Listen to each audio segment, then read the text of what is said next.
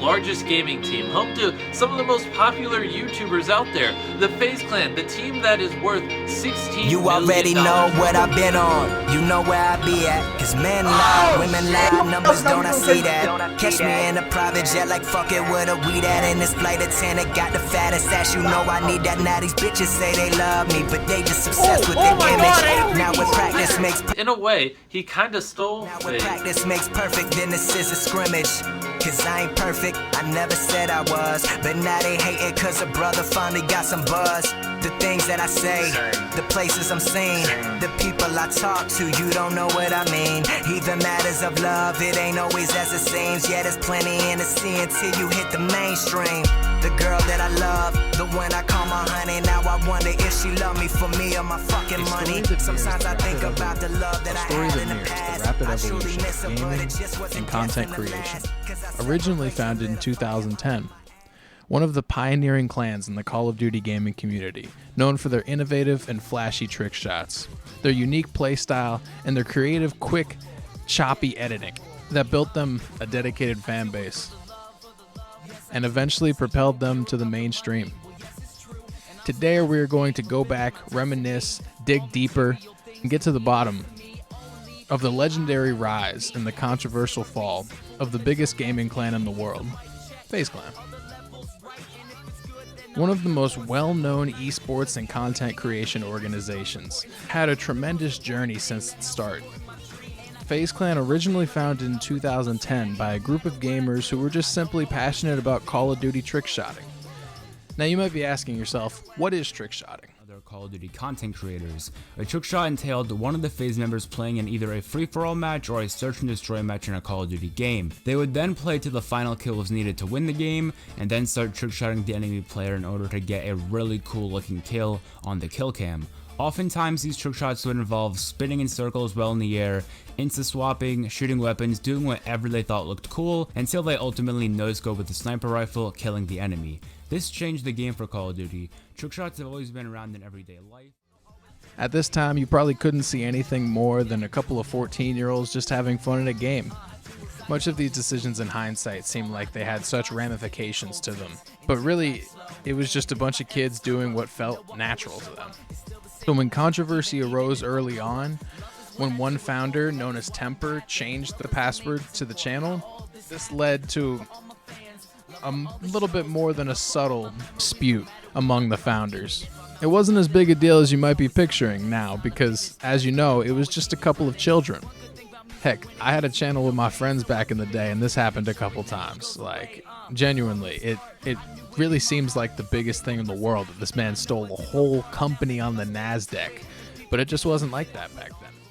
Home to countless sponsors. Just have you ever wondered who started this clan? Currently, FaZe Clan is owned and operated by FaZe Temper, but FaZe Temper had no part in creating FaZe Clan. In fact, in a way, he kinda stole FaZe Clan from its original creators. You see, FaZe Clan was actually founded by 3 people: FaZe Clips, FaZe Resistance, and FaZe Housecat. These were the 3 people that founded FaZe Clan. These are the 3 original owners of. And despite the complicated start, FaZe Clan eventually rose to prominence in gaming and content creation.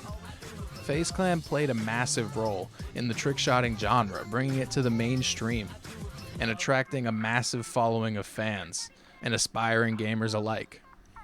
However, FaZe Clan, as we know, has faced a lot of controversy and criticism over the years. They'll be remembered with a lot of success, but a lot of controversy to come with it, leaving a complex and vast legacy in the gaming and YouTube community. What's going on, everybody? My name is FaZe Temper, and I'm one of the newest members of FaZe. What's up, guys? FaZe Apex What's up, here. guys? This is Kamaj. So I decided to make this video to introduce myself. Yo, two guys, Banks. I joined FaZe, which is fucking sweet. Start of our second annual FaZe 5. FaZe was founded May 30th, 2010. The first Illcams was already out within the first week of June. Back in the day, there was a lot of little small teams that did sniping and stuff, but FaZe kind of took it to the next level by really trick shotting and making that the core of what FaZe did. Trick shotting.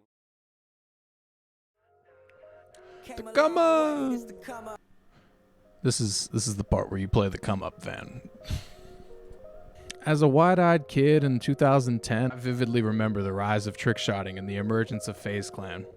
It all started with just a group of gamers who pushed the boundaries of what was possible in Call of Duty, taking part in the niche style of play being carved out by people like Zergriz and alike. They were creating jaw-dropping shots that seemed impossible to pull off.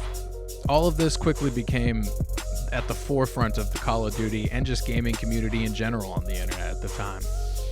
And the name FaZe Clan quickly started to rise throughout the gaming community. They were pioneers introducing new styles of play that combined skill, creativity, and entertainment. I remember eagerly waiting back in the day for them to drop just another episode of Illcams. Music mixed with the shots, stuff I couldn't dream of doing in the game at the time. The game that I would rush home from school and play all the time. Watch my other video on Call of Duty if you want proof.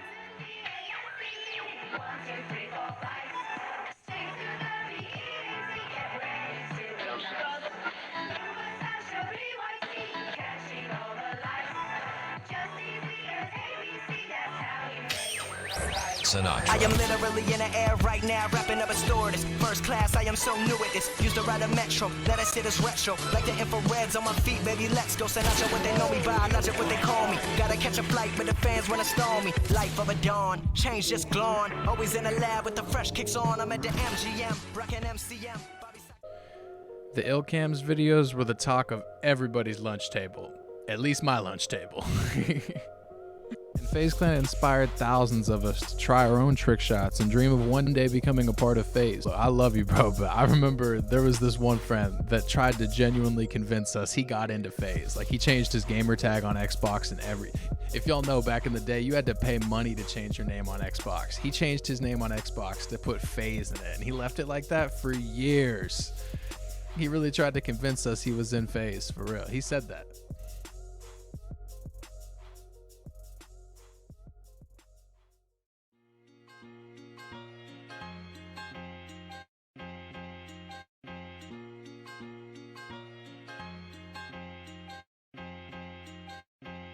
FaZe Temper and FaZe Banks. These are prominent members of FaZe Clan. What makes their story so unique is the circumstance that they happen to meet. Believe it or not, they actually grew up in the same town and didn't know each other at all until they met on a Call of Duty lobby. And from that point on, they met up in person and became incredibly close friends, building their friendship online and in person, sharing a passion for gaming and their mutual desire for building a brand. This led them to take a massive step where FaZe Temper actually let Banks move in rent-free at the time, as long as he would help him build the clan. That's how I initially first met you. We hopped in a lobby and played a little bit together. That was the first time I ever met you. We met at a party. Yeah, no, then we met That was after? in real life. At this point, So college party. You guys kind of inspired me to do the whole SOAR thing, to be honest. Bro. Building their friendship online and in person, sharing a passion for gaming and their mutual desire for building a brand. This led them to take a massive step where FaZe Temper actually let Banks move in rent-free at the time, as long as he would help him build the clan. This decision proved to be the turning point for FaZe, as their combined efforts and talent helped propel their organization to new heights. Within just a few short years, FaZe Clan expanded into one of the first content houses on YouTube. And if you're wondering what's a content house, typically content houses on YouTube, also known as gaming houses or lifestyle houses, have become such a popular phenomenon in the content creation world. These houses are essentially communal living spaces where groups of creators, usually with a common interest or theme, live together and create content. FaZe and their New York house was one of the pioneering houses in this space. We're back in the FaZe house. So I'm here with Richard Banks, my new roommate. Yes. So I just got here now. There's Tommy's, Tico, and Apex all chilling. They haven't really done anything with the house yet. I'm just vlogging. We literally just got back from Oos. My stuff's over here. So people want, should I show them the entire house or what? Well, do you want to? Nah, I'm down. Okay. Do you want to start at the top? Arguably the most successful, alongside lesser known houses like the Optic House, the Gamer Shore House, countless others. This house became a hub for FaZe Clan members where they could collaborate, create gaming content, and connect with their fans on a deeper level. And the success of this New York FaZe house ended up paving the way for content houses to emerge all over the place, ones you may have heard of like Team 10, the Clout House, many others. The FaZe New York house was known for its groundbreaking content that went above and beyond just gaming. FaZe Clan members like Rain and Adapt, introducing real-life vlogs, pranks, and skits to provide a unique blend of entertainment for their fans. Hi guys, it's been Russia or FaZe coming to you guys with a brand new video today. So Adapt, let's put it really simple. Adapt is demonstrating using my setup, he's using my gimmicks to make a video, and Tico used to make videos to scare me. Oh. How many times can I get fucking J-tagged? Here he comes. He's opening the garage. I gotta hide from him.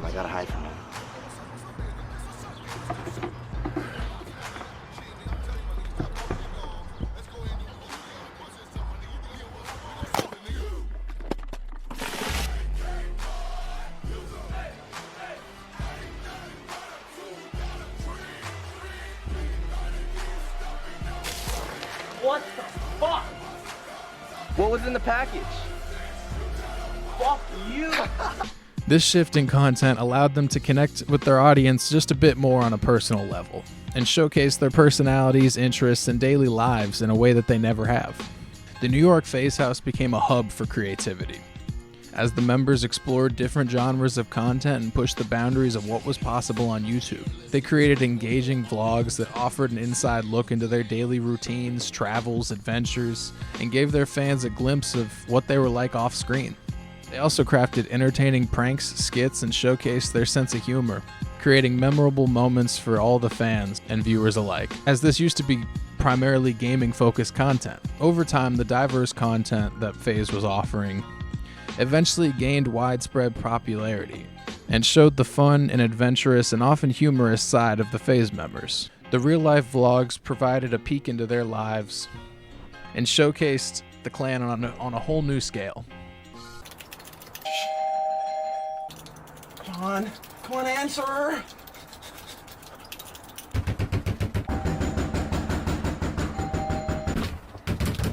FaZe!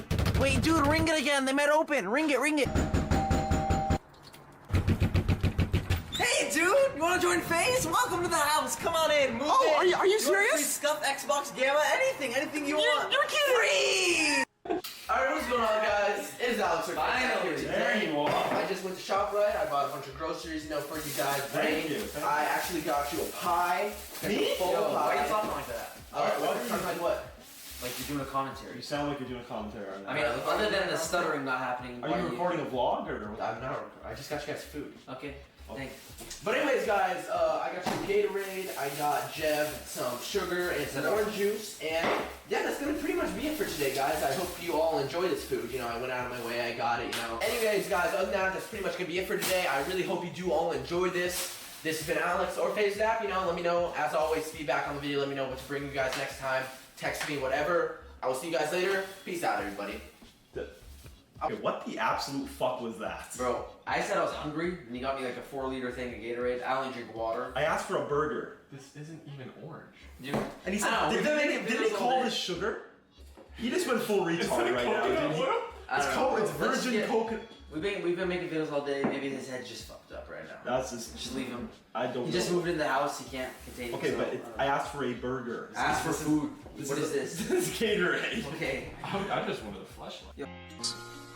Looking back, it was clear that the New York FaZe House was ahead of its time, as it paved the way for the modern era of content creation, where creators aren't limited by a single niche and can explore into different genres and styles. The diverse content offered from the FaZe House allowed the FaZe Clan members to showcase their unique personalities and build deeper connections with their audience, and create a unique brand. In hindsight, fans now appreciate the clan's decision to expand their content beyond gaming, as it allowed them to share so many more sides of their life that fans eventually grew to appreciate and understand. And after the success of their FaZe House in New York, they decided to make the decision and make the move to LA. Dude, no freaking way! It's FaZe House LA! Oh, FaZe, yes, dude! Oh, they got a freaking so bonkers, dude. So beautiful. Think they're gonna let me in? I'm not sure. Hey, Max. Oh. Hey, dude. Welcome to the house. Want to join FaZe? Come on in. Want a free Xbox, Gamma, Scuff? Anything you want. Free. Really? Nah. I'll give you a house tour though. Oh, okay, that's cool. Can't be doing that voice really anymore. It's all good, then you I'm got gonna show you this is the new FaZe house, as you guys can see. Welcome, FaZe House 2017. 2017. We're gonna come in here. First room we got right here, right off the bat. This will be the video room. It's supposed to be a library, but we don't really read too many books. And this kind of created a split amongst the fans. Some of them thinking that FaZe, this was it. FaZe was selling out. FaZe was going corporate. And others thinking this was just the natural progression of what was going to happen, and in order for them to grow bigger and achieve the goals that they hoped, that's what was going to happen. As FaZe Clan settled into their new LA house, additionally moving to LA brought some challenges and controversy for FaZe Clan. It's important to note that the perception of the FaZe house is purely subjective. As they continued to grow and evolve, they brought in additional assets with the corporate side of their operations. However, some of the fans perceived these individuals as not having the best interest for FaZe, and not doing what's best for the owners, founders, and creators. Yeah, well, so what happened? So you guys went four ways. Did you meet our old CEO? No, it's crazy because nobody knows about him. Nobody even knows like everything he did to us. I might have. I went over it with that other interview for sure. I might have. So what happened? Pretty much. But so hold on, let's take it. So you guys are four together, like, yo, we're in this, we're equal. Yeah. And you guys are all good. Yeah. And then we're all on the same page. We're all someone brings in like a money guy. He wasn't even a money guy. He was a finesse guy who told him, "Oh, I know guys from here. I can help you guys do structure, this, that." But he's just a pathological liar who will, like, I genuinely believe has like a real mental illness. Like, he really can't stop lying, bro. Like, it's insane. So, but he must have got in with money though. He brought in a guy who he said he knew since he was a kid, who was like royalty in Norway, and then he invested a lot of money, and that's why, you know, he still has what he has. But that guy ended up stealing all the money essentially. The other guy. Oh yeah, had his wife on salary allegedly, by the way, for $600,000 a month for his wife. 600. So okay, $600,000 a month. Allegedly, so that's what I hear. What can you say? Like, how much money a month is fucking FaZe bringing in at this point? It was I mean, bro, it was the first like really massive like gaming fucking entity. Like, as far as on social, where people are like, yo, this is But exactly cool. it. That's why my biggest thing was preserving that for FaZe, because There were instances where the FaZe founders were allegedly scammed by individuals who took advantage of their trust and manipulated the financials. Founders were barely adults in this time. In hindsight, it seems quite clear how this happened. And of course, these resulted in major disputes that some are still ongoing to this day. My question, first off, I guess I was always curious, how much did the people who came in buy, and how much do they own? Well, the issue is there was a bunch of different, most of it, to be honest, that's the thing, but it's a lot of different people, right? It's like the people that actually are FaZe, and that's what started a lot of this, and I'm going to get into that. It's like why I ended up feeling that way, because it just felt so wrong to me that so many random people got brought in / bought in, and then the people that deserved to have shares and ownership of the company didn't. And now they're being like manipulated into working for what they already should own. So they got turned into employees, and it's weird to me. Yeah. You know what I mean? It's tough. It's tough though, because like, you know, if people with money come in and they buy whatever, like, it's hard to say. Like, I can understand both sides. It's just like, it's then for like individuals to protect themselves in the situations. Yeah. You know what I'm saying? Absolutely. A lot of us were younger too at the time, right? So yeah. we didn't really... So you get the business guy with the money and the acclimate is going to come in and be like, you know, I could not necessarily take advantage, but I'm going to do my best to protect myself and my interest, right? Yeah. So like, you also can't blame, I wouldn't blame these people for treating it that way, because like that's how kind of business works. And I mean, if I've been around the block enough to know that motherfuckers will run you dirty like the minute that they can. But my question is like, where were you in it before, like, because you've had some ups and downs, obviously with yourself on social media. Like, where were you in it? Like, how did you know you were invested to a point where for you to come out and say, yo, this is what I think, this is what happened? You must have been told something that like, oh, yo, you're going to have this, or you're going to have that, and then something changed. You mean, but that's the thing. They were never really transparent. Like me as a major shareholder, I never knew how much everybody else had. When did you start to get shares? When you were like, this is what I have? We split it 25, 25, 25 in 2015, early 2015. We split it 4 ways. Banks? Me, Banks, Tommy, Apex. We all split it 25. Because Tommy, at the original, like when it was just like a, you know, before it was just like a clan or whatever. So it was you he owned 4? 100%. Yeah. Okay, I was always curious. Yeah. Okay. So we all owned it equally. And then a bunch of like fuck shit happened, and you know. But I'll get into all that. And the ones that took it the hardest were the members and founders themselves. Challenges and controversies that FaZe Clan faced took a toll on the members, and the impact was deeply felt throughout the organization. Despite their efforts to rectify this issue, the damage had been done, and the fallout resulted in some members experiencing emotional and personal difficulties, one such being FaZe Rain, for his personality-based videos and trick-shotting of the original founders of FaZe, of the part owners of FaZe still to this day. He's opened up about his struggles with substance abuse and his loss of his ability to walk. FaZe Rain courageously shared this story in great detail. If y'all want to learn more about that, there is a lot of videos out on the internet if you want. Courageously shared this story, revealing that he turned to prescription medication as a coping mechanism for the challenges he faced. And this helps shed light on a lot of the dark sides of gaming, where individuals may face immense pressure, stress, and mental health completely behind the scenes. FaZe Rain's openness about these struggles to help raise awareness for mental health throughout the entire organization, gaming, and YouTube.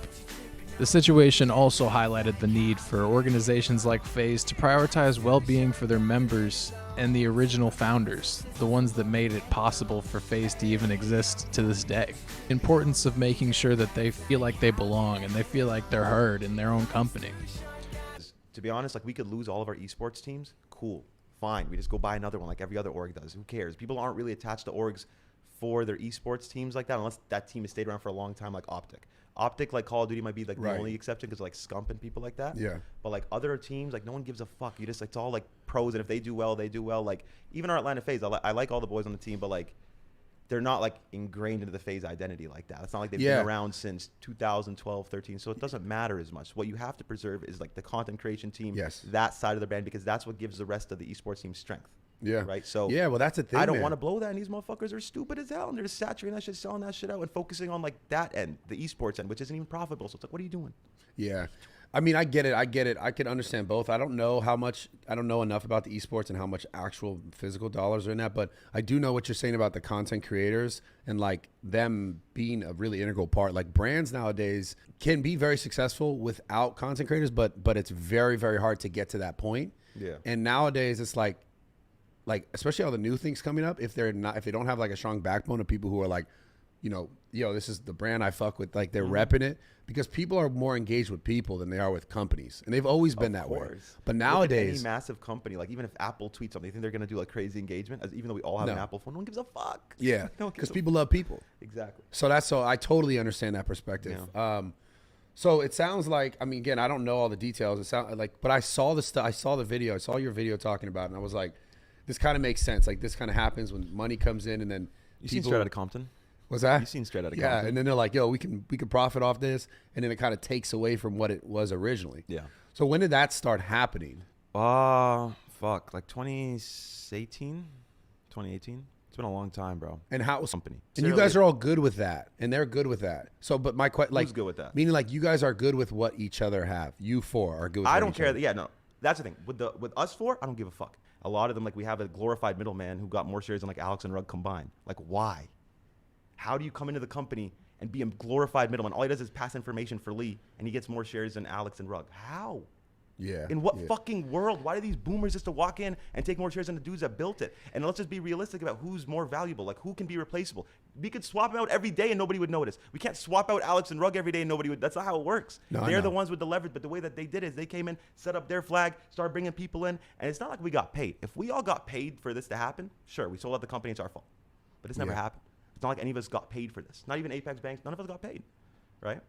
So it's not like we sold out the company. It's just that we trusted people to help us with our business structure. They brought in one person. They brought in one person. We did deal with a lot of lawsuits that we had to end up taking money to pay for. So that's an issue. Yeah. But then a lot of it was just them hiring incompetent staff and over hiring. Who's them? The corporate structure? Corporate motherfuckers. You know what I mean? I don't necessarily want to name, because obviously it's not Tommy Banks and Apex. All this FaZe shit everybody sees, it's not us. It's not FaZe. It's not us deciding it. Half these members, when they see like Disney go up, they just found out we're doing a deal with Disney. When they see that this is going up, they just found that shit up. And it's just not the FaZe way, bro. Like, we all got to know this shit, come up with the plan. Yeah. Do we like this? Do we not like this? Oh, who would put it on their channel? Oh, who would do this video club? They don't think that way. They are on their weird middle-aged midlife crisis ass, like trying to be FaZe, trying to get the clout and attention and act like they're. It's weird.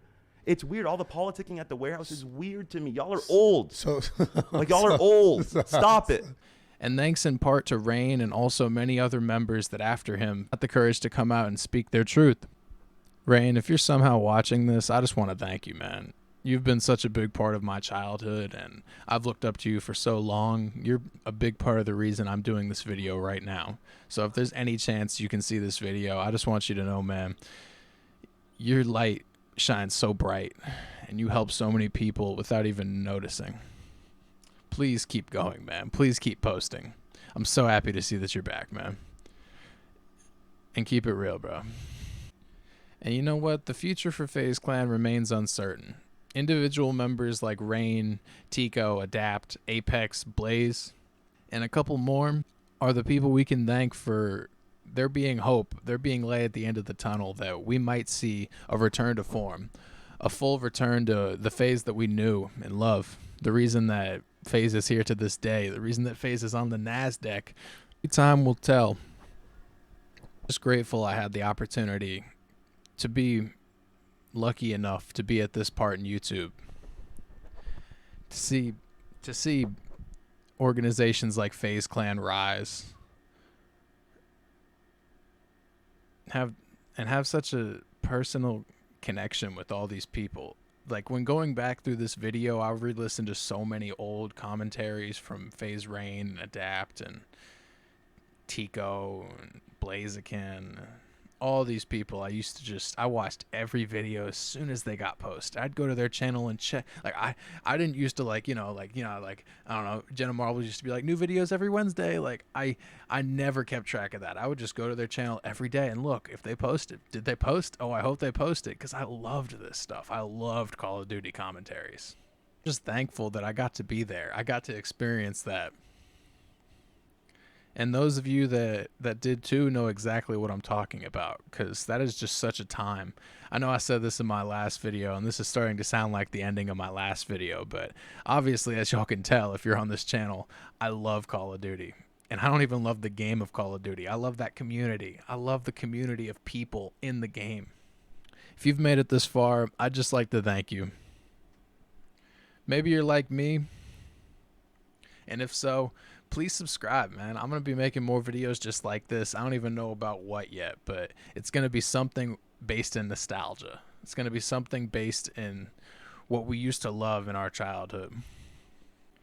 If you miss that old era of YouTube, that old era of content, then you're in the right place. This is exactly what I want to talk about and try to give back that feeling, you know?